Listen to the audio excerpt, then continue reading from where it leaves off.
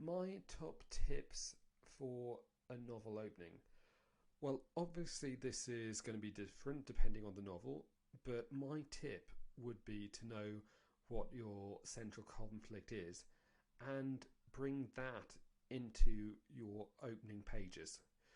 When I wrote my novel Joined Up, I was working with a writers group and we were doing an exercise where we had to choose three scenarios and write a short story on those scenarios. And when I mean a short story, I mean only about 500 to 750 words. That's all we were given.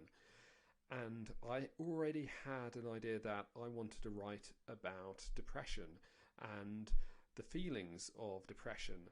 And one of the options, the scenarios that we had to choose from, was being stood up. And I'd already had an idea of what I wanted to write for Joined Up, or the general plot line. Uh, and then I threw myself into this short story. I threw my character in at the deep end, right into the scene. Uh, I had sentences rather than pages to reveal my backstory. But what I really did is just focused on creating an action, making sure something was happening that was readable to my writers group colleagues.